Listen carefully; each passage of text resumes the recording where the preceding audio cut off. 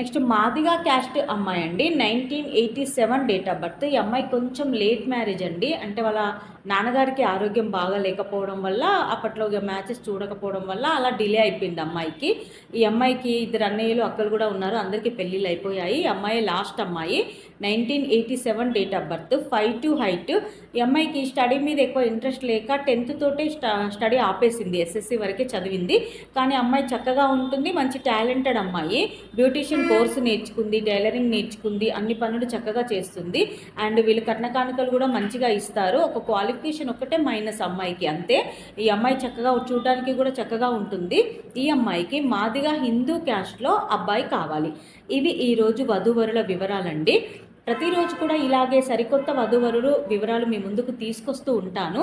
ఇలాగే ఇప్పుడు చదువుతున్న క్యాస్ట్ల వాళ్ళకే కాకుండా మన దగ్గర అన్ని క్యాస్ట్ల వాళ్ళకి కూడా ఉంటాయి. రోజు కొన్ని క్యాస్ట్ల వివరాలు మీ ముందుకు